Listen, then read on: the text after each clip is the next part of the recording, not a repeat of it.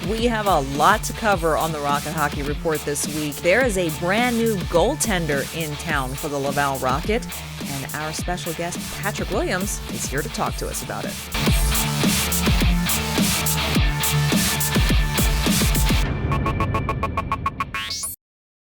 Welcome back. My name is Amy Johnson. I am a contributor here at Rocket Sports Media, where you can also find my coverage at the Hockey News Montreal team site at thn.com/Montreal.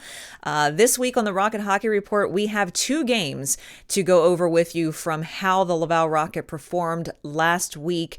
One of those was a pretty significant one to discuss, but the bigger news, what's going to happen in our Rocket Rewind, is when we get to the roster section of things, there is a brand new goaltender who has just been signed to a PTO by the Laval Rocket. So we are going to tell you all about who this goaltender is, why he seems to have been brought into the organization, and who better to discuss that with than Patrick Williams. He is the AHL writer for NHL.com, as well as a features writer for the American Hockey League's website as well. So he's going to be joining us in just a few minutes. And then, of course, as we move through the rest of the show, we'll get you updated on any other injuries or roster reports that are needed. We'll get into the prospect breakdown, giving you the good, the bad, and select a standout star from the Habs prospects playing in Laval this past week. And we'll be sure to give you the Laval look ahead because they've got two more games on the schedule coming up this week.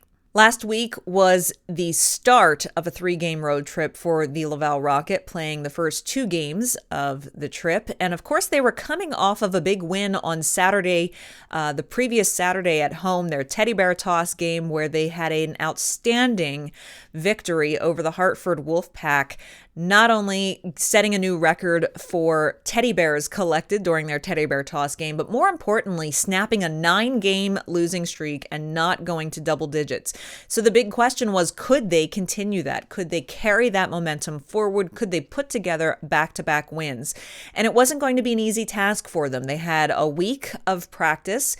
Their 2 games on the slate were coming back-to-back nights on Friday and Saturday on the road in Pennsylvania. They started things off on Friday night visiting the Lehigh Valley Phantoms.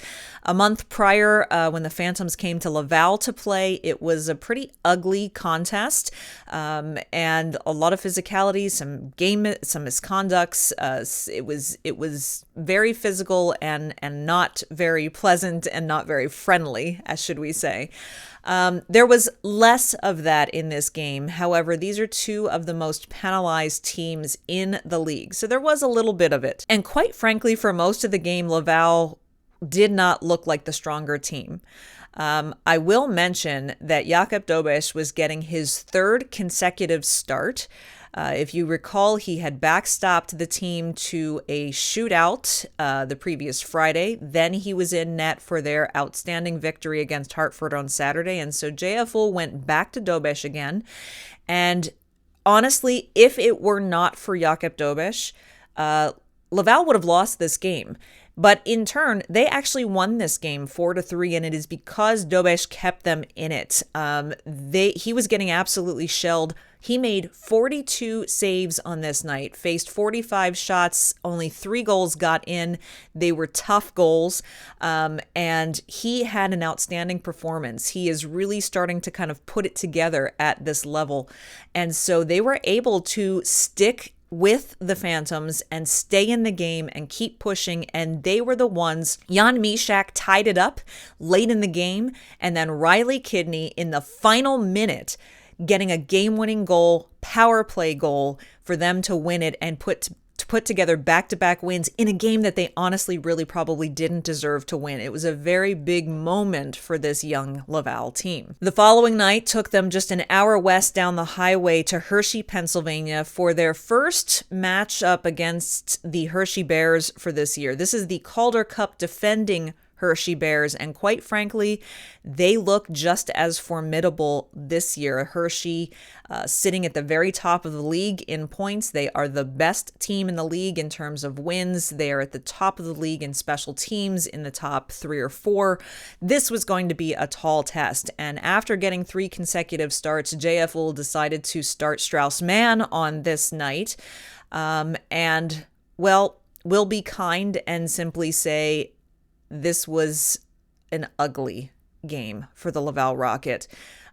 They were outplayed and dominated from opening faceoff to final horn. The first goal against came just 2.5 minutes into the game by Garrett Rowe, who had not yet scored this season in the American Hockey League. He then doubled that a little while later, putting together the first 2 goals of the game.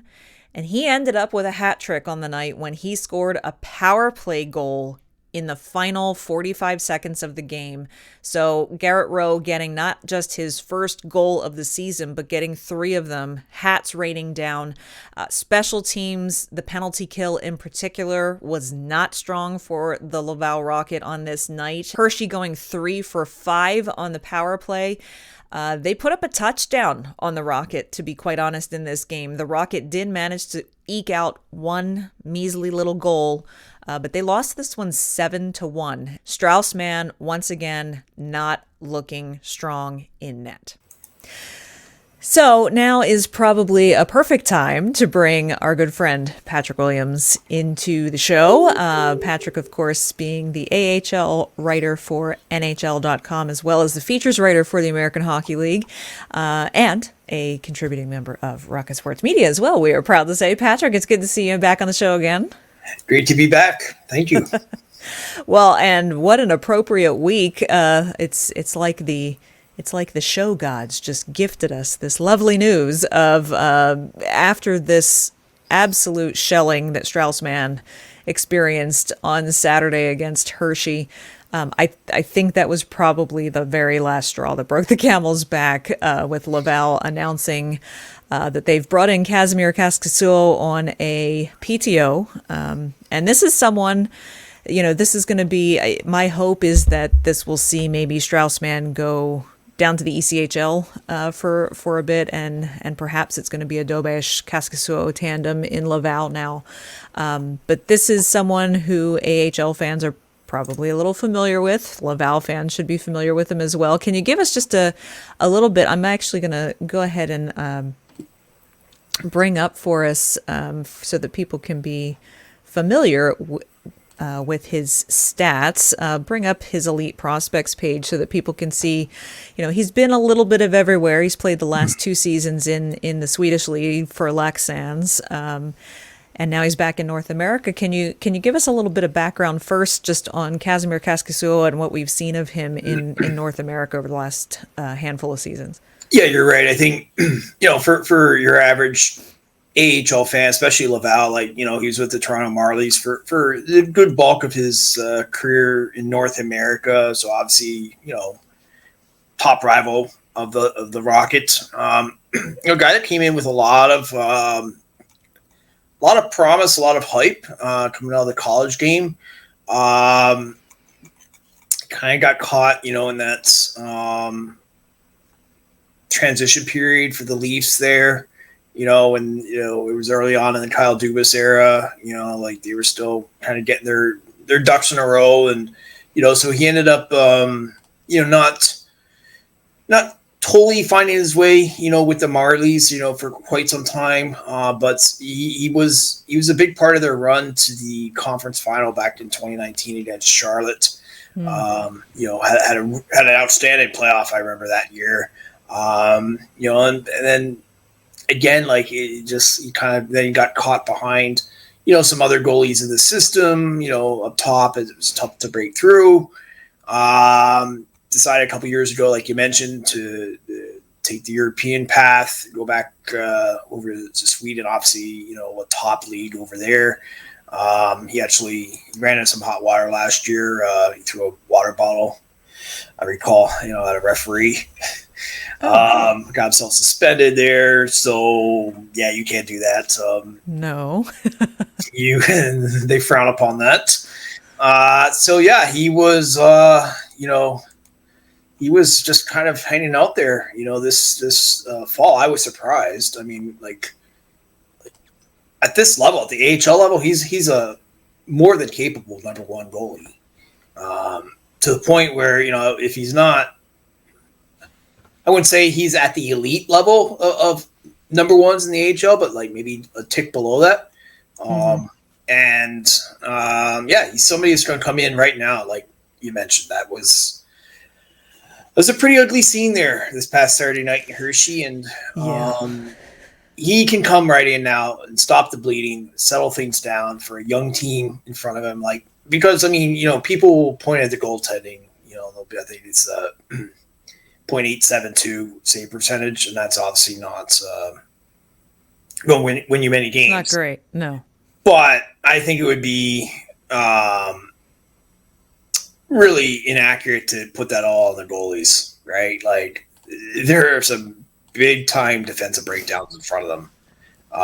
It's kind of like, one thing feeds the other, right? Like, you're not getting saves, so guys are trying to do more. Therefore, they're putting themselves into positions that are more risky. Mm-hmm. The breakdowns are happening, and, some grade A chances for Hershey, so then you're putting your goalies in that situation. So it's kind of like, one hand's feeding the other, except it's in a negative sense. So, yeah, he can come in and just calm the waters. They have a tough game this Wednesday in Syracuse, and they come home, going into the break. And then when they come back, right, like, schedule's not going to get any easier. Belleville, back against Syracuse. That's all part of a 3-3. That's right. Go down to Utica.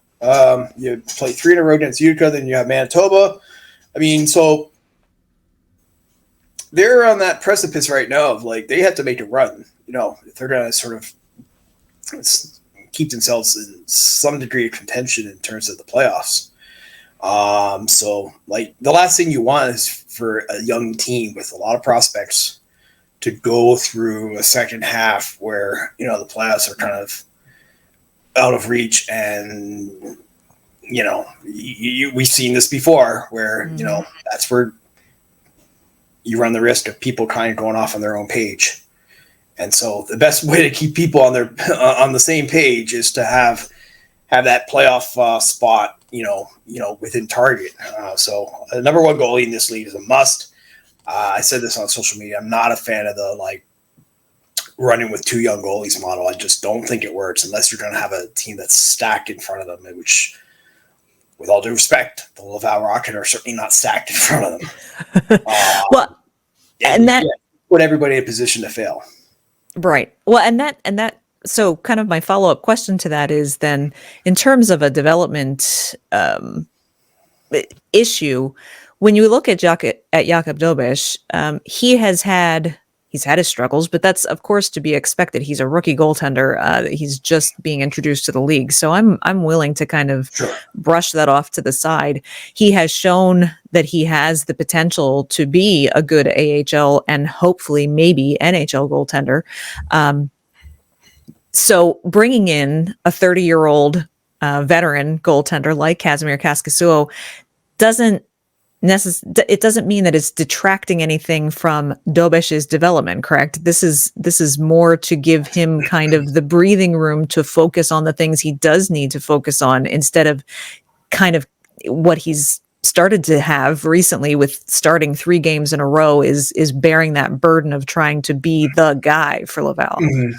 Exactly. I mean, unless the plan was to have Dobes play the remaining, I don't know how many games they have left.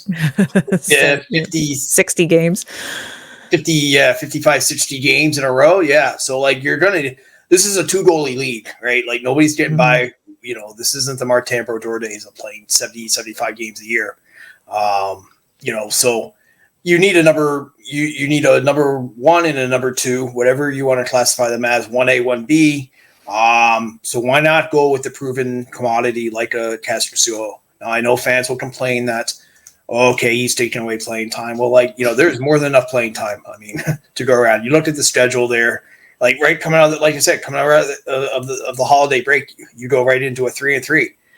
Which is their first 3-3 of the season. So it's, that's a lot to ask for. And, you have a busy January, you have, some tough road games ahead of them, so there is more than enough playing time to go around. Like, that is not a problem in this league. If there's one thing this league will give you, it's ample playing time opportunities. So I think for Strauss Mann too, he was a goalie that I liked when he was coming out of Michigan. Like, I thought there was some potential there. I'm not ready to write him off either. I just think that he's not in a situation right now where he's in a position to succeed. So, whatever they're trying to do with him, let him kind of hit the pause button a little bit. He doesn't need to be put out there on a Saturday night in Hershey against a team that's absolutely just like, running roughshod the entire, league. I mean, they got a 9-point lead for, on second place Hartford in their division already. Like, we're a third of the way through the season. They have a 9-point lead. That's ridiculous. I mean, Hershey is, frankly, they won the running away with it. I think they're far and away a much better team than they were last year, which is saying something because they won the Calder Cup. And so, you put a guy like Strauss-Mann in there on a Saturday night in Hershey against a team that was rested. Well, it wasn't that hard to predict what was going to come their way, right? And sure enough, it's like 3-0 before you blink, and so I'm not a fan of either for the team or for an individual player, and then it puts a lot of pressure on Dobes, right? Because all right, so if Mann's struggling now, now Dobes feels that much pressure to be the guy, right? And is he ready to take on that kind of number one role? Like, I'm sure he would tell you he is, but let's realistically, is he probably not? Most goalies are not ready to come in this league first. No, not at all. And carry a team, unless maybe you're talking to Carey Price or something. So fine. If you got Carey Price as a prospect, all right, great. But for the lesser mortals among us, you need time, right? Like, most goalies in this league need 2 and usually 3 years to really find their way. So I think it's a good move. Like, Kaskisuo, you know what you're getting. Like, it's kind of a plug and play type move, and you can come in there and just get them through this rough patch before the season really does kind of get away from them.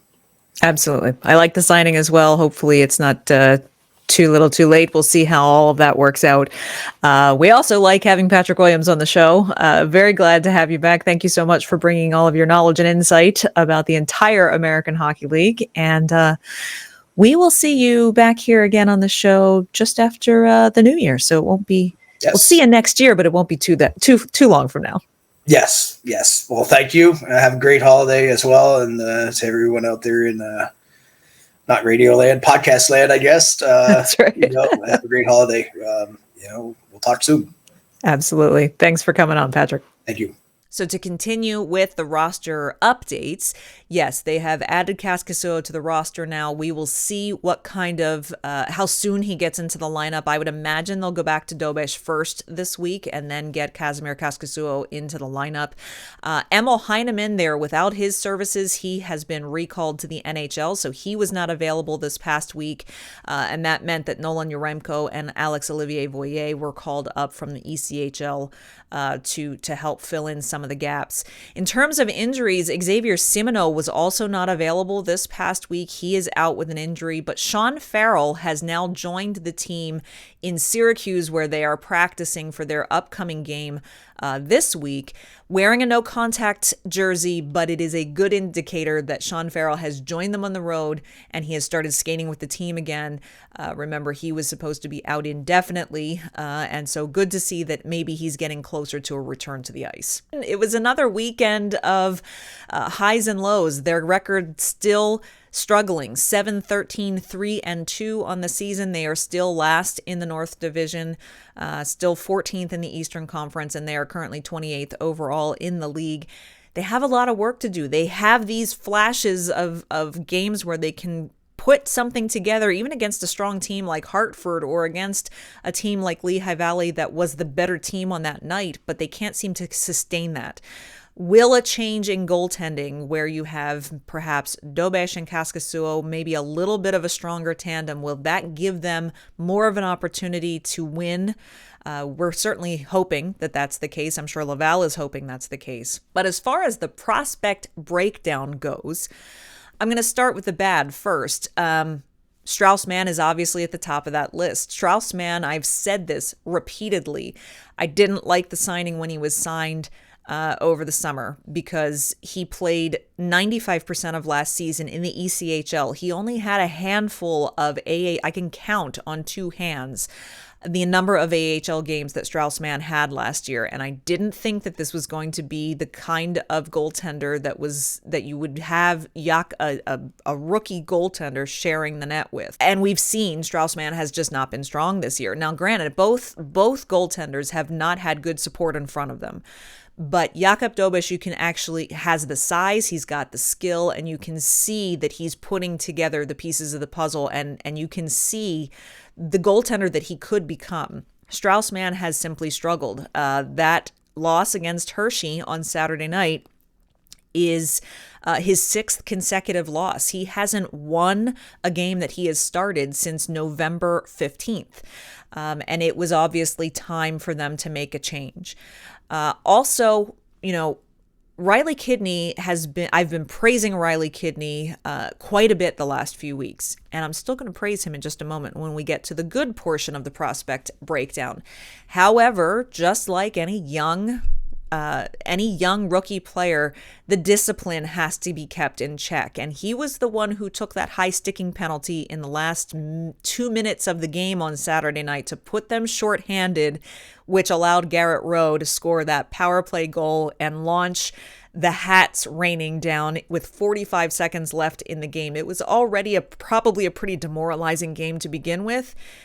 And getting that hat trick on the power play in the last seconds of the game just would have added salt to the wound. It just wasn't a penalty that needed to be taken, and so would like to see not just Kidney, but all of the prospects, the team in general, shore up those penalties a little bit. In fact, that's my third point in this segment, is that the discipline has to get better. And this has been the case since the beginning of the season, all across the board for the team. As I said at the top of the show, Laval and Lehigh Valley were basically tied for being the most penalized team in the American Hockey League. And when you've got a young team with young goaltending and a penalty kill that isn't really all that successful, you've got to stay out of the box. And so that's something that I'm sure Laval is going to be working on in the second half of the season. Now, on the good side of things, yes, Riley Kidney still putting the pieces together. He was the one that scored that power play goal, the game-winning goal with a minute left on the clock on Friday night in Lehigh Valley after Jan Mysak had tied it up. So offensively, he is still looking really strong, and his game is really coming along nicely. So yes, I had a criticism for Riley Kidney, but also some compliments for him as well. And I can't say enough about Jakub Dobes' performances in the past 3 games that he has played, particularly in that outstanding performance in Lehigh Valley on Friday night. Truly the only reason, truly a big reason why they won that game. And that, of course, makes Jakub Dobes my standout star for the week. 2 wins out of his past 3 starts, and one of them, and the other one that they lost, he took them all the way to a shootout. I'd say that's very worthy of earning this week's standout star. So what's on tap for them this week? Well, you heard me mention that they are in Syracuse. They will wrap up this 3-game trip with another visit to the Syracuse Crunch on Wednesday night. That's a 7 o'clock start. We know the drill when they go to visit Syracuse. It's a volatile game. It's a tough game to play. It's a hostile building, and it is never easy for the Laval Rocket to get a win in this building. So we'll see. JFL was a little bit more prepared for Joel Bouchard's Crunch team in their second meeting just a few weeks ago. So we'll see which team comes out with a better prepared on-ice product. And I imagine it's going to be a pretty entertaining tilt. Then on Friday night, they wrap up the week. Their last game before a very short Christmas break will be back at home in Laval with their first meeting of the season against the Wilkes-Barre-Scranton Penguins. This will be at 7 o'clock on Friday night. The Penguins are sitting at 3rd in the Atlantic Division, so they have actually had a pretty decent season so far and are currently riding a 3-game winning streak. 2 weeks ago, it was Alex Belzile making a big return. On Saturday, when they were in Hershey, they were facing off against Pierre-Ric Dubé. And when Wilkes-Barre comes to Laval on Friday, they'll have not one, but 3 former players facing them down across the ice who have all had a pretty decent performance with their new teams. That would be Rem Pitlick, Peter Abandonado, and former captain Xavier Ouellet. You would like to see Laval finish the first part of the season before the Christmas break strong. So let's hope that they can at least go 500 on the week. One win out of those 2 games would, I think, be a success.